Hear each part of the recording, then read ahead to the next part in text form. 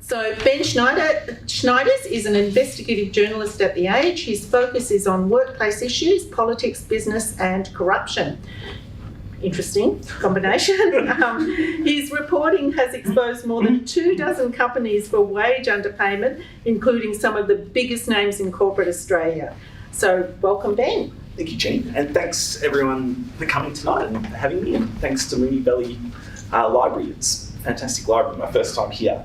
What I was hoping to do today was just, talk a little about my background and how I ended up writing this book, and hopefully that explains some more about what the book's about. And then I was hoping to maybe read an excerpt of the book, and then, take questions from everyone here.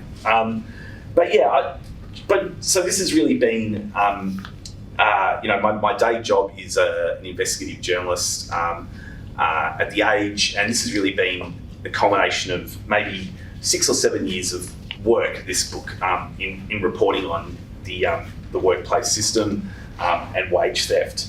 But I'll just read from the speech rather than ad-lib the whole time. But if you indulge me a little, I started reporting on the world of wages and work as a young reporter at the Financial Review nearly 20 years ago. I really had little idea what I was doing at the time, but I learned things about reporting, about how to treat people as a journalist that have stuck with me ever since. It sparked an interest in the world of work and industrial relations. I covered Martin Kingham, who used to head the CFMU at a press conference, railing against a royal commission back in the day, and the formidable ACTU president, Sharon Burrow. But that was just a brief introduction to that world. Later, I landed my dream job at The Age after working in London and elsewhere, and I started as The Age's industrial relations reporter in late 2007. And that was an important time. That was just after that year's federal election that brought a Labor government and a promise of new laws to replace the Howard government's anti-union work choices. I don't probably a lot of you remember work choices, but it involved a set of laws that stripped low-wage workers mostly of basic rights and entitlements, and resulted in some really savage pay cuts for many people, and reoriented the system much more to favour business than unions.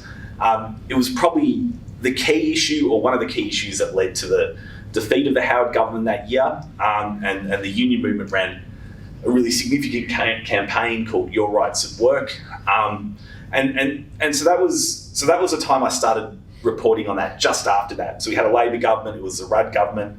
It was a really fascinating time to see how the Fair Work laws, what became the Fair Work laws, were created, all the compromises that involved, and to really develop a better understanding of how the industrial relations system worked.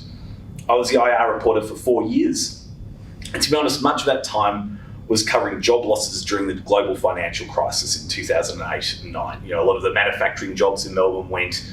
I was, regularly turning up to Ford or Holden and that sort of thing. It was a real retraction in that blue collar economy in Melbourne and across Australia. But during that time, I barely wrote a story about wage theft as The Age's IR reporter. It was an issue not on the agenda. Fast forward half a decade or so to 2015, and I was starting as an investigative reporter at The Age, the job I still do now, 8 years later. And that's where the story of this book really started. For the first time, I had serious time to work on big reporting projects, a yawning amount of time, lacking the usual structures of daily reporting where you just do one task, you write a story, you move on, and then on you go. It's a really great privilege to have that time to work on bigger pieces and longer pieces, and it still is. And I was still really interested in industrial relations. And one of the first projects I started on came after talking to the National Union of Workers, which was a relatively small union based in Melbourne, and one of their staff, Sherry Wang, who was looking at wage theft among temporary migrants. Sherry, who was from Taiwan, had experienced exploitation as a worker in Australia herself, and also had the perspective of an organiser of workers. It was a powerful combination. With her assistance and tips, I spent weeks going through job advertisements on Chinese language websites and recruited 3 students from Monash University to help. It became clear that there was vast, extensive wage theft hidden in plain sight. One of the Chinese middlemen told one of the Monash students that the jobs that were advertised were black jobs, shorthand for illegal work. It was an eye-opener. After months of translating and wading through more than 1,000 job advertisements, I was able to report that 80% of these jobs in work such as construction, car washes, nail salons, food courts and the like were paid unlawfully. The reality was that this was going on across the whole spectrum of low-paid work in Australia, among a cohort, temporary visa holders with work rights at the time of perhaps 750,000 people. What I've since come to describe as Australia's de facto guest worker program. Around the same time, I got to work on separate projects that have really shaped my working life. Josh Cullinan, who was at the time was an NTEU organiser, the tertiary union, emailed me in May 2015, a few days after we published a profile on the retiring leader of the Shop Distributive Allied Employees Association, or the SDA, Joe de Bruyn. He was a socially conservative leader and Labor figure who headed that union for decades. That contact with Cullinan set in chain a process that led to the most important work of my career, in the end covering a significant wages scandal worth billions of dollars a year, probably the biggest wages underpayment case in Australia's history, involving the country's biggest employers, Coles, McDonald's, Woolworths, who are the three largest employers of people in Australia, a large trade union, and systemic failures of the industrial relations system. Let's just say that reporting did not win many friends from the hierarchy of big companies, the labour movement, or in politics. There were threats and claims that did not understand how things really worked. Fortunately for me, the numbers and wage agreements did not lie. Big companies such as McDonald's, Woolworths and Coles were paying more than half their workforce below the minimum award wage, with the collusion of the SDA union. It was a rort that was profitable for everyone, except that is, most workers at Australia's three largest employers. Within a few years, the arrangement was turned on its head. There was a significant decision by the full bench of the Fair Work Commission, and workers across fast food and supermarkets started to be paid award wages, the minimum wage. It's likely over that time, billions were returned to them. The conditions in the sector are still evolving. Nothing is static. But the upheaval birthed a new national union, RAFWU, which is still stirring things, whether about paying conditions at Apple stores, most recently, or challenging JB Hi-Fi over sexual harassment, and across both the unionised and non-unionised retail and fast food sectors. And of course, this whole process of journalism and reporting that uncovered that and created change, it's not a solitary process. The industry sometimes likes to make heroes of reporters and the myth of the singular figure taking on the world and winning. But it's always a collaborative process, in my case often done with my reporting partner Royce Miller, and with the encouragement of some terrific editors, including Michael Batchelard, former Sunday Age editor Dushka Sulicic, and Cosima Mariner. But most importantly, this reporting and now this book only exists through the bravery of people who were willing to talk to us, trust us, and work with us to get to the truth of things. And of course, there were a few braver than Josh Cullinan, but also a group of workplace activists such as Duncan Hart, Penny Vickers, Michael Johnston, the lawyer Siobhan Kelly, and countless others. Over the years, I've spoken to hundreds of low-paid workers, and those interviews have informed much of this work, from the kitchens of high-end restaurants, where I spent several years reporting on wage theft at some of the biggest names in the restaurant industry. People like Neil Perry's Rockpool Dining Group, or Heston Blumenthal's Dinner by Heston. There was systemic wage underpayment where low-paid workers, quite often migrants, quite often temporary migrants, were working 60 or 70 hours a week, being only paid for 40 or 38. So the wage theft there was extraordinary. There's tens of millions of dollars stolen or taken from these workers, and they got some of it back through that process, through that public exposure, but not all of it. The conditions were something close to Dickensian. Like you had cases of people sleeping on benches, working 16 to 20-hour days. And Hard Labour describes many of these stories and tries to flesh out a broader narrative of the decline of the power of working people in Australia. The 4-decade shift that has seen inequality over that period surge, unionisation collapse, and for the last decade, real wages go through their bleakest period in probably more than a century. I'm not sure this is an optimistic book in some ways, although I do offer, I hope, some solutions on a way forward. The extent of the problems around inequality are so large, it's going to take decades to rebuild a more equal Australia, to revive some of those democratic dreams that at different times in our history have made Australia a better place.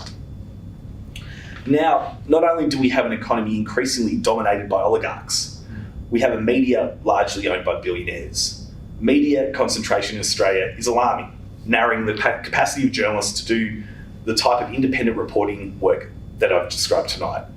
But both these processes feed off each other, really, the concentration of wealth and media. Both are dangerous to any democracy. We may not want to hear it, but Australia's political economy is more like an authoritarian country than that of a country which has often lived with a vivid, democratic and egalitarian spirit. The kind of country that welcomed my late migrant father, who as a child lived through the Nazi occupation, and then arrived here and was able to make a life for himself as well as his family. This book, when discussing inequality, has tried to present the facts unvarnished. And if you'll indulge me for a bit, I'd like to read a section of it describing really some of the stuff around inequality. And then after that, we'd be keen to hear from you and any questions you've got. So I'll just read from this for the next 10 minutes or so, if that's okay. The symptoms of rising inequality are visible all around us, especially in the celebration of excess and extreme wealth, and the vastly different worlds people inhabit while living in the same country or even a few suburbs away in the same city.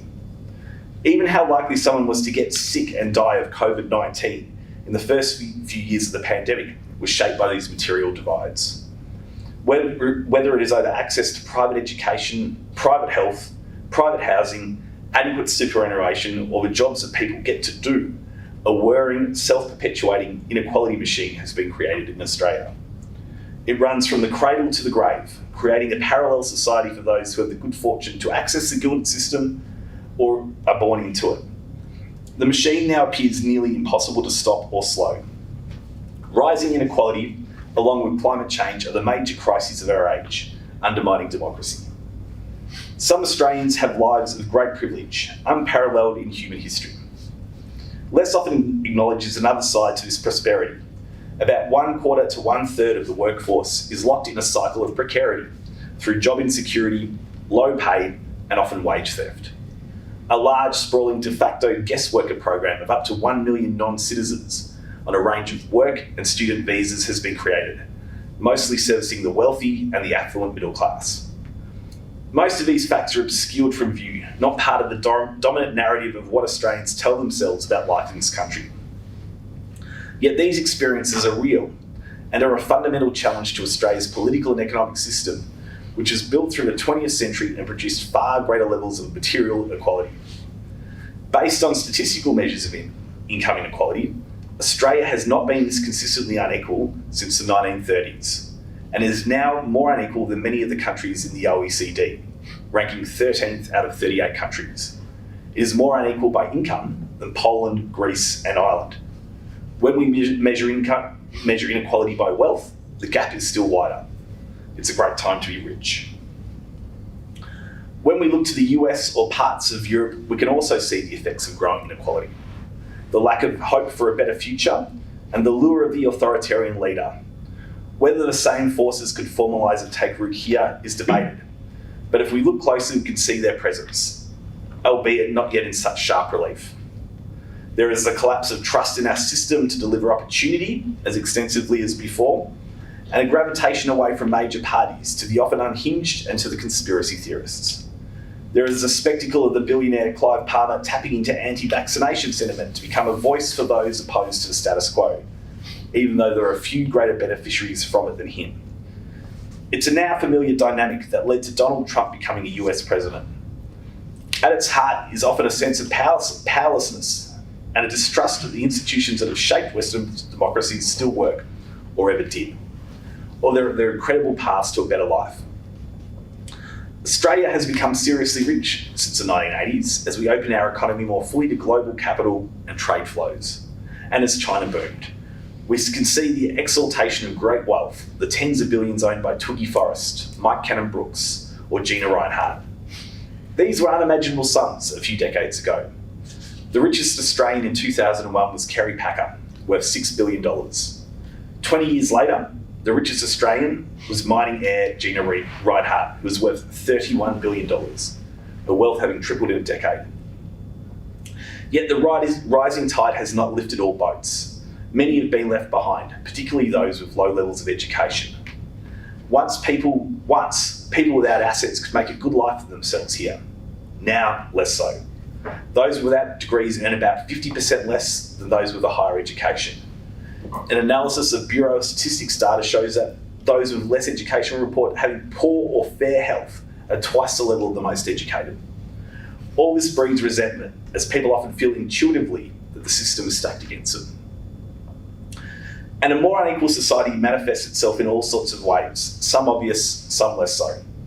It can be observed in the different choices people have to make, whether it is to work outside the home in a COVID-exposed sectors and risk illness, to have the burden of high debt and job insecurity, to never own a home, or to retire with few savings. All this is shaped by the lottery of birth, class, gender, race, and the suburb or town you were born into. Inequality matters.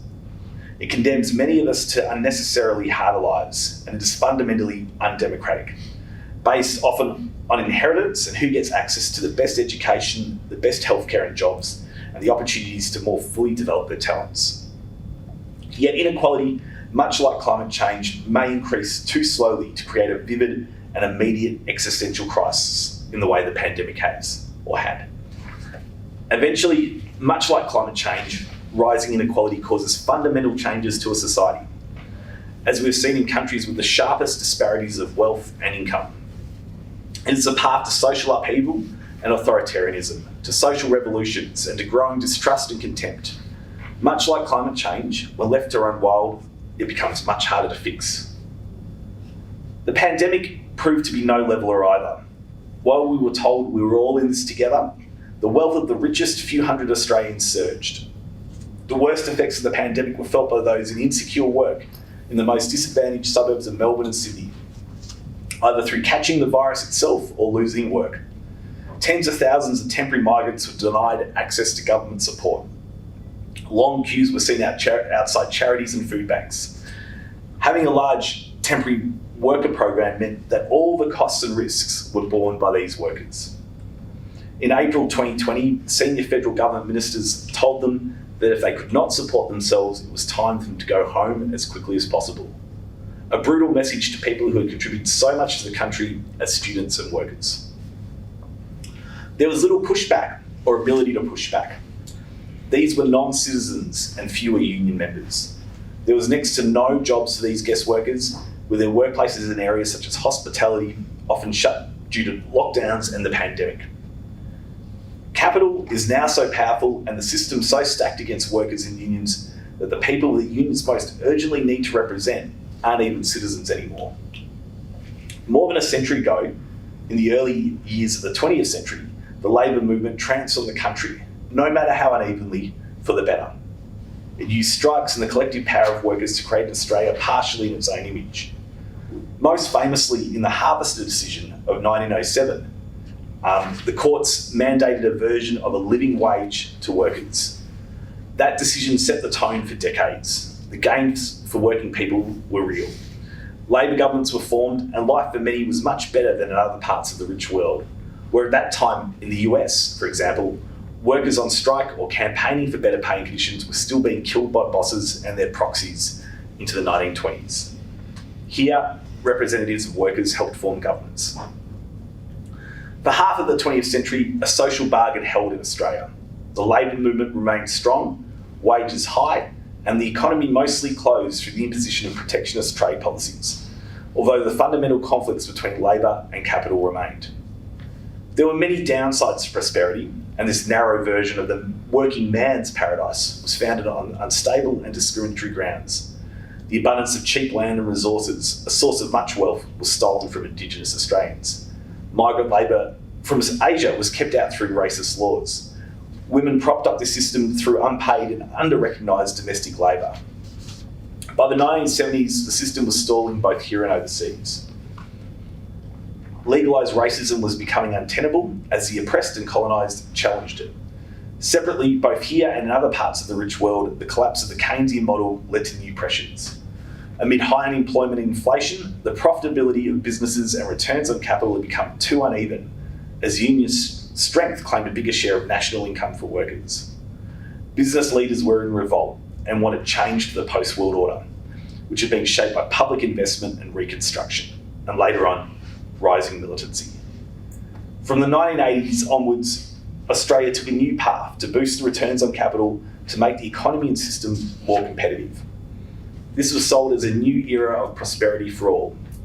It was the neoliberal world that Australia joined and has been living in ever since. Deregulation, privatisation and free trade were first implemented at scale here by a Labor government. There was a social bargain agreed with the introduction of Medicare, the widespread extension of superannuation and the retention of an award safety net. All this made for a less harsh adjustment than occurred in Britain, New Zealand and the US, although real wages still fell in its aftermath and inequality rose. Over time, it has transformed the country, unleashing significant wealth, but also rising inequality. As the union movement has collapsed under the weight of the demise of manufacturing, the introduction of anti-union laws, and in part some of its own failings. Unions went from representing about half the workforce to around 14%. It's now even lower than that since the book's been published. Now much of the labour movement appears exhausted after decades of decline and attacks. There is little optimism or energy within it. The public language and norms of the country have changed as it has become more unequal. From the 1980s onwards, former Prime Minister John Howard was an enthusiastic supporter of privatisation, deregulation and breaking unions, all the things that contributed to worsening inequality. But he also understood the mood of the country. Howard used the word egalitarian more than 100 times during his time as Prime Minister from 1996 to 2007 in speeches and interviews. His contemporary Conservative successor, Scott Morrison, never used it while Prime Minister. Aspiration, an Australia of property owners and shareholders, was a theme throughout the Howard and Morrison years. But the language of a more equal Australia has not persisted. There is no longer the need to pretend in the same way. In many of our imaginations, the working class toil in factories or in high-vis outfits on construction sites. It's an almost entirely male picture. And while these jobs still matter and exist, it is not the 1980s anymore. Industries exposed to trade and competition from China and elsewhere, such as manufacturing, have shrunk in relative numbers, while service and social assistance jobs, often dominated by women, are now occupied by much of what we could now call the working class. Wages and conditions for many of them are stagnating. In 2010, when the Fair Work laws were introduced, about 1.3 million workers had their pay set by the minimum wage of the award. By 2021, that had grown to 2.7 million people. These workers have little ability to lift their wages due to low union density, the proliferation of small firms, and the use of part-time casual jobs, as families juggle limited paid work with unpaid caring roles. Without being able to bargain directly with their employer, they are stuck on a minimum wage cycle.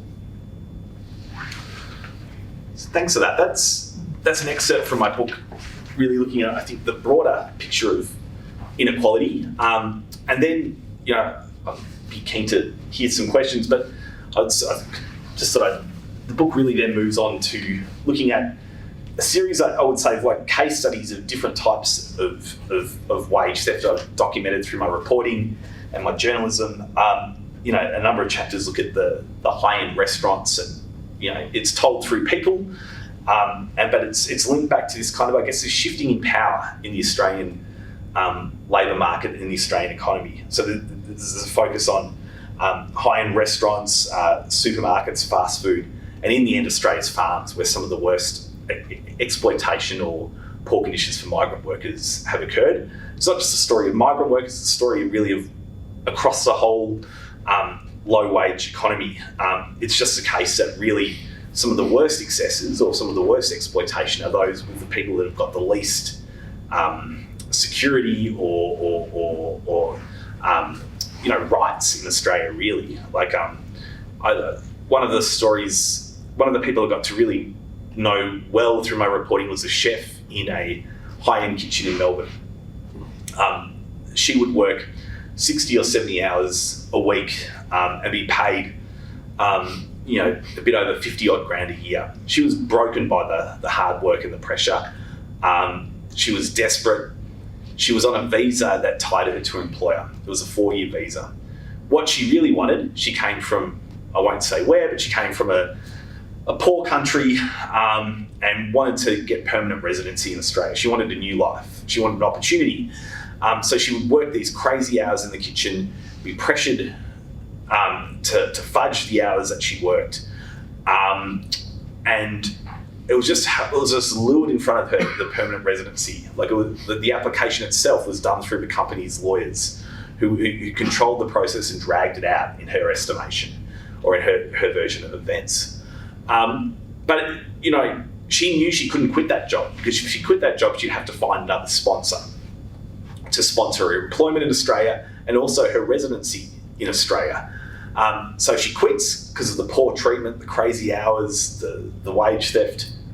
She has to go back she'd have literally weeks or maybe a month, like I can't remember exactly, to find another sponsor where someone would have to pay thousands of dollars to support it. It's not going to happen. So she's tied to this employer. This employer mistreats her. It's very hard to speak out. So she ended up with me because she ended up speaking to me because she didn't know where else to go. She'd been crying on the streets of Melbourne, and someone comforted her. That person got in touch with someone, chain of events, and then I ended up meeting this person in a cafe.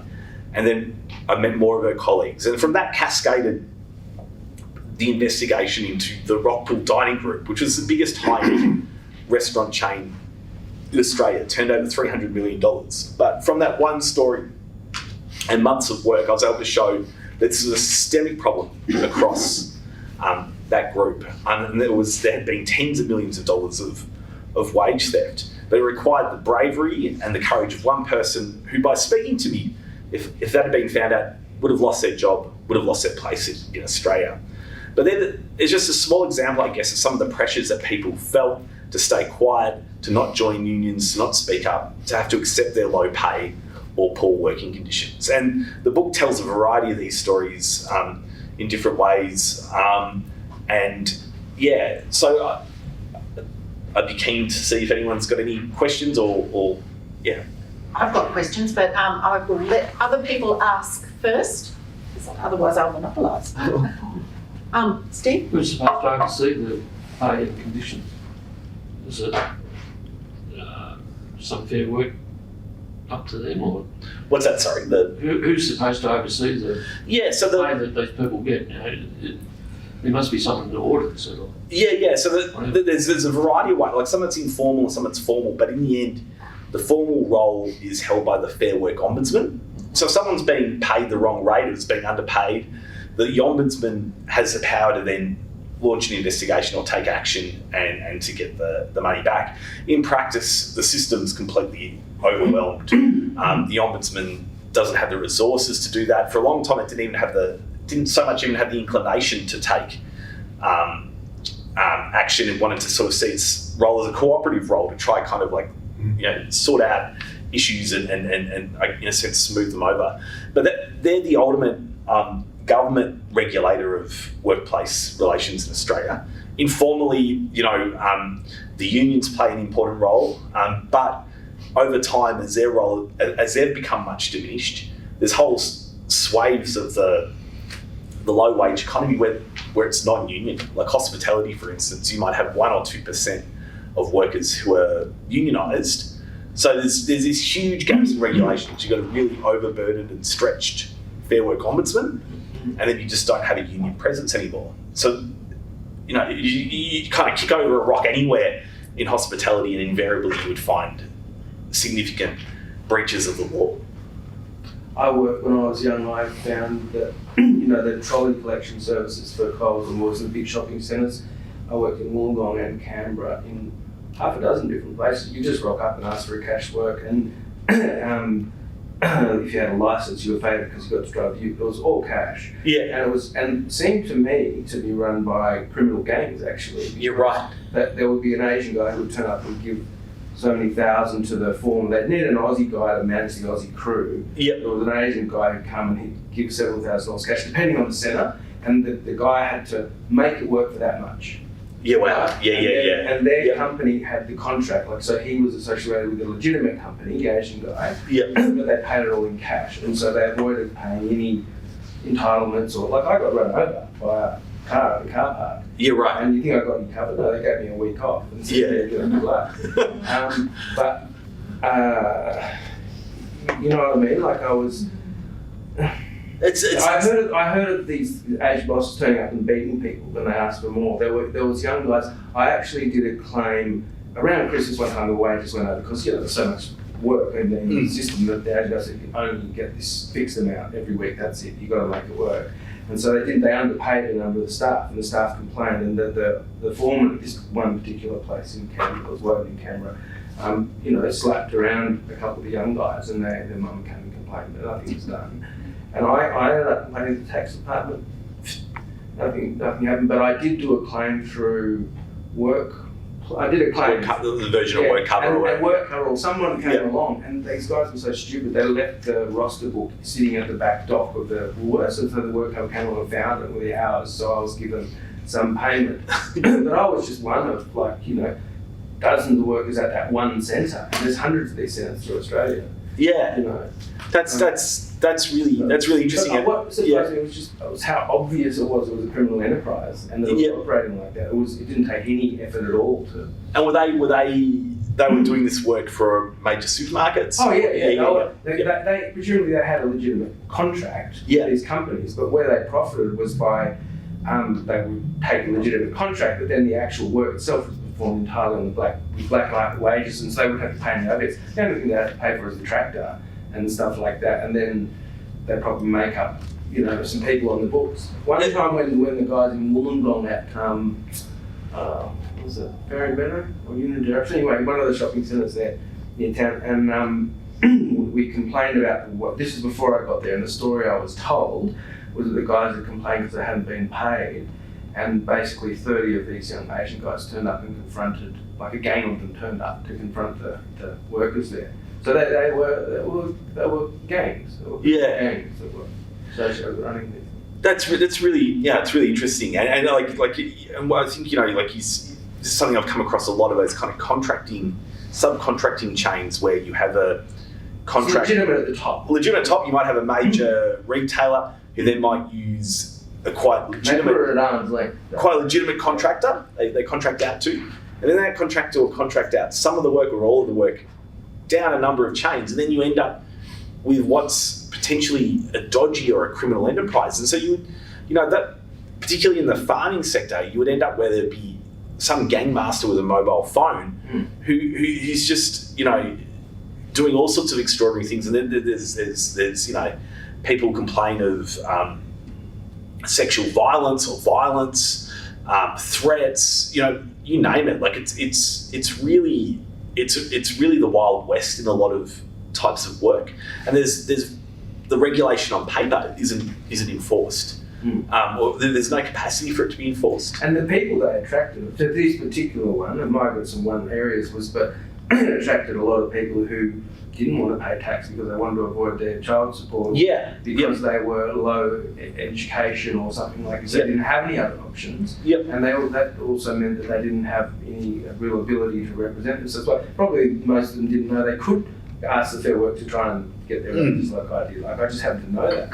You know what I mean? Like these people were, they were kids and they were people at the fringe. Yeah, absolutely. And they were used. Any other questions from anyone? Down the back there. I read in a collection of works by the Greek historian Xenophon. He wanted the area Athenian to be paid what an Athenian got for serving on a jury. And that's the first idea I've come across for a minimum income. Right. Now everyone's talking about it. I'm just wondering what you think about the idea of a minimum income. Oh, as in a basic income or a universal basic income. It's a good question.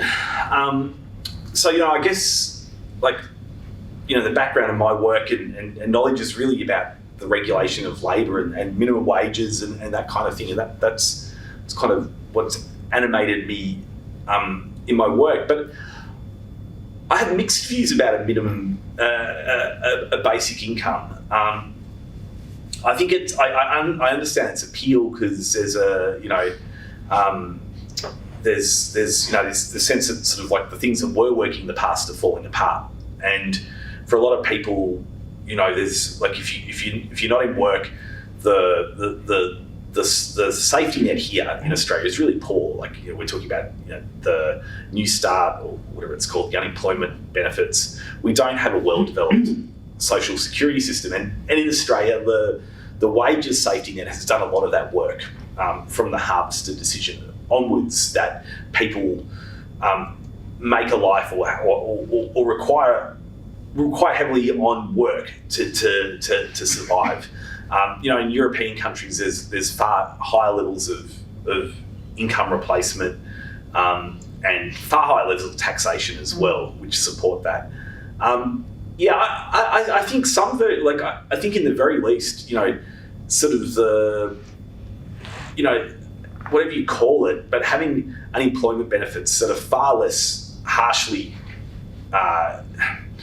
what's the word?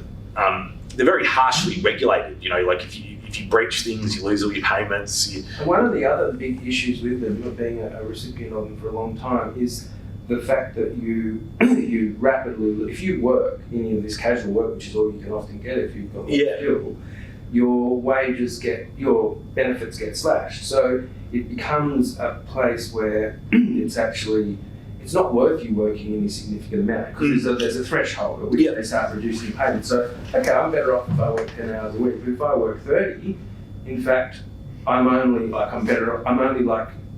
$50 better off for another 20 hours work. That much my better. And it's great to be self-supporting and get themselves super, but be realistic. Are people going to want to work 20 hours more a week for $50, in their hand? And then you add into the fact that there's hundreds of thousands of people in housing on low incomes, and those people's rent are directly affected based on percentages. And I've just discovered that housing in Melbourne here is using averages to assess the incomes, which is what Robodebt was shown to set to be. You're right. And they're assessing the rent based on the previous 3 months while carrying it forward for 6 months. I mean, if you earn a lot of money now, you're going to have your rent increase for 6 months, even if your income drops. And they average it if you're unemployed and you're in that system, it becomes a real disincentive to work. Yeah. So It leads to less security. it's enormously stressful. And it's I don't know, like that's all I know. But in terms of, and that's the attraction of a living wage, is that you replace that, you just give everyone this, and you can work whatever. Now you've got an incentive to work because you're always going to gain from it. But then there's all sorts of other social and economic consequences that flow from it. I think that's right. Well, I think at the very least, like the unemployment benefit needs to be higher, needs to be less harshly implemented. But in terms of a universal basic income or a basic income, the terminology, at the very least, we need a better unemployment supplement. If regulation isn't working and the unions can't do it, is exposure of all these practices the only option? Well, I think it became that. It became the option for a lot of people. That was what they saw as their way out, and it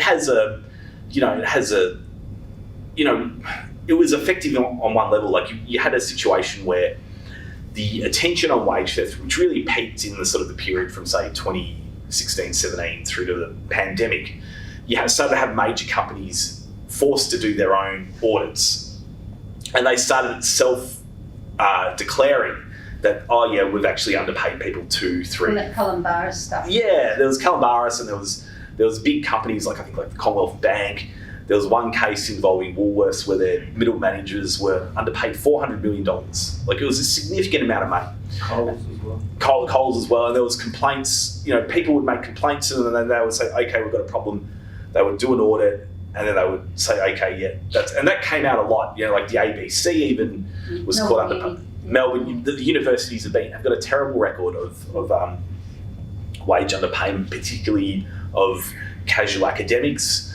So there was just this but I think that had an impact. You started to see through the public exposure, hundreds of millions, seriously, billions of dollars being paid out or being, in restitution. But it's not really a long-term solution. And there's no penalty for it. There's not, no. And the penalties under the system are very weak.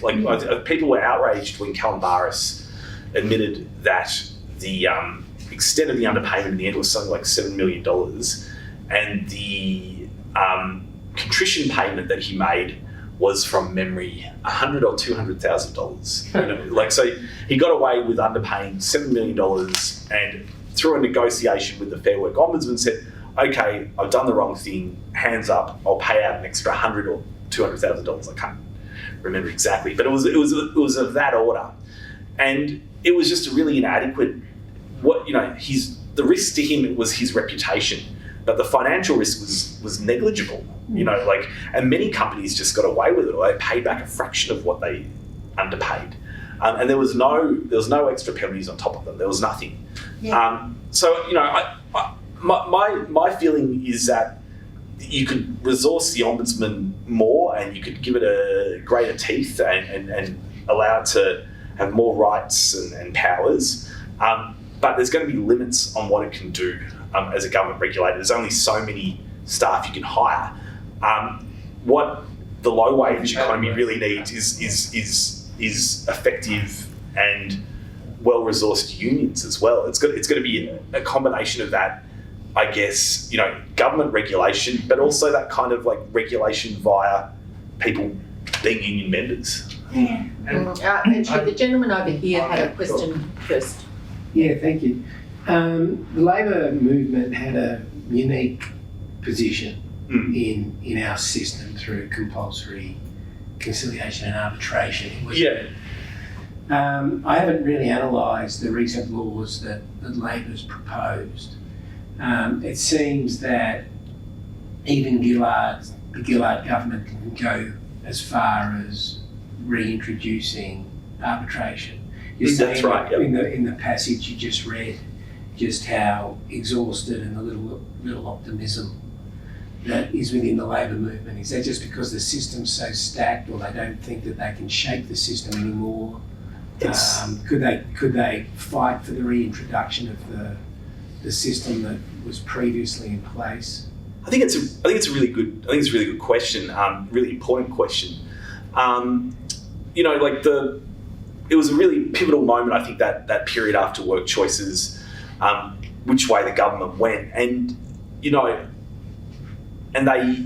went a good way of replacing work choices and having much better labour laws, but they didn't go the whole way to restoring, as you said, the rights that existed before that, or when Labor were in power in the 1980s.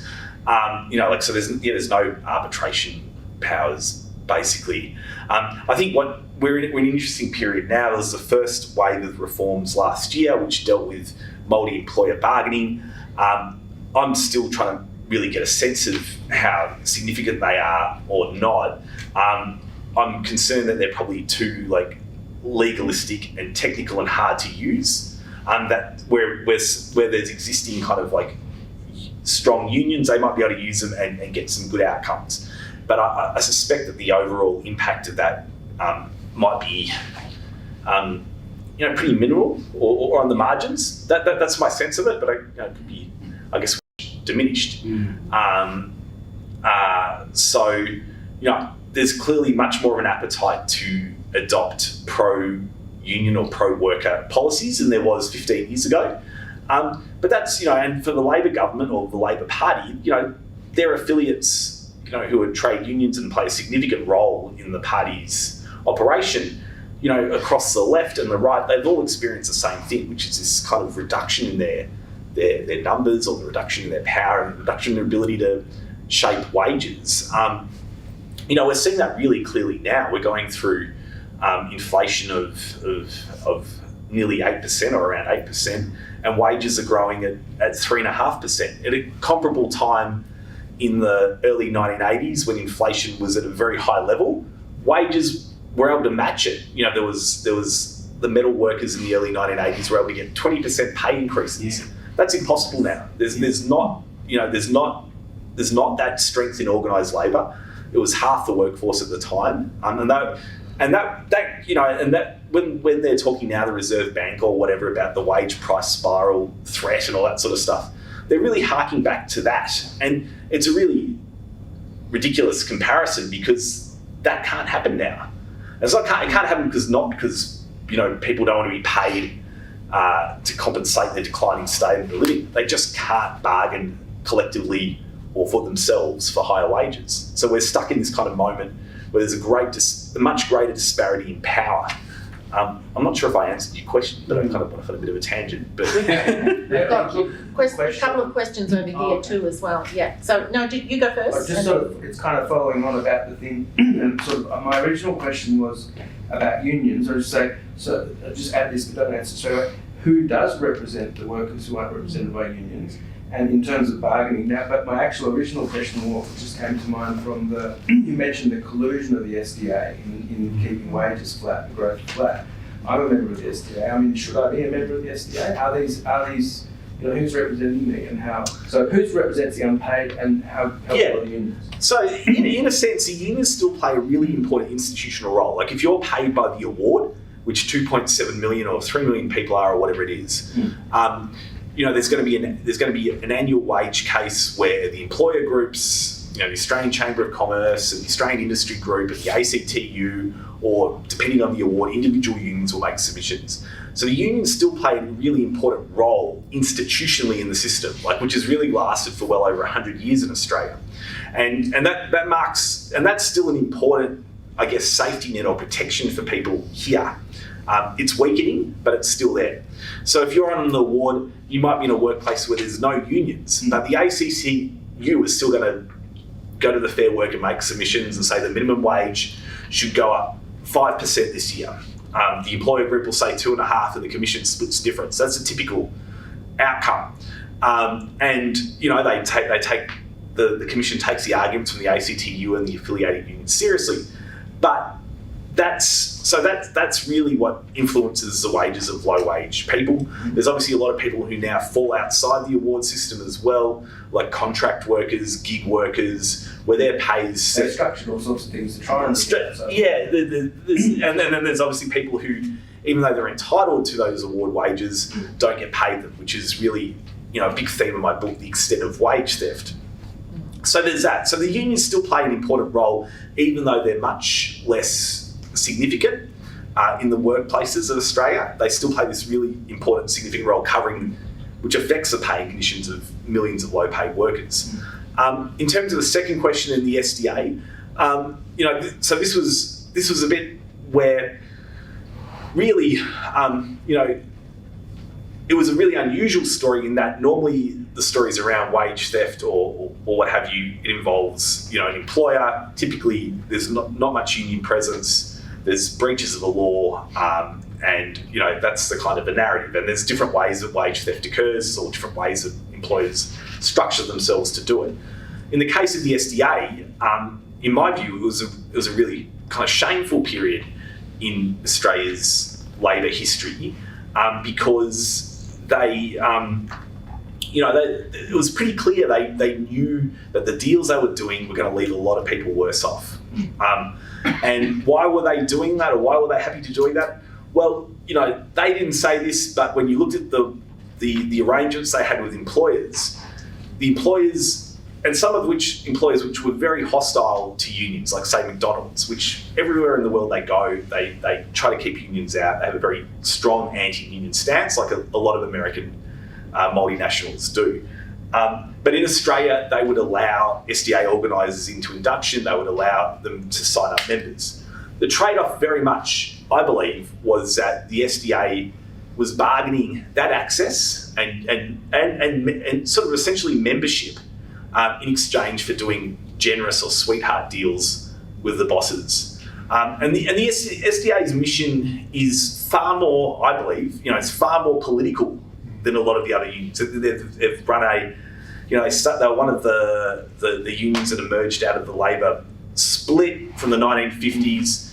The conservative Catholic unions from BA Santa Maria onwards, and they were strongly anti-communist and had a strong social agenda, and that social agenda has been really important. They were the main opponents of same-sex marriage in the Labor Party. They've campaigned hard against abortion, stem cell research, and that. So that really animates their mission.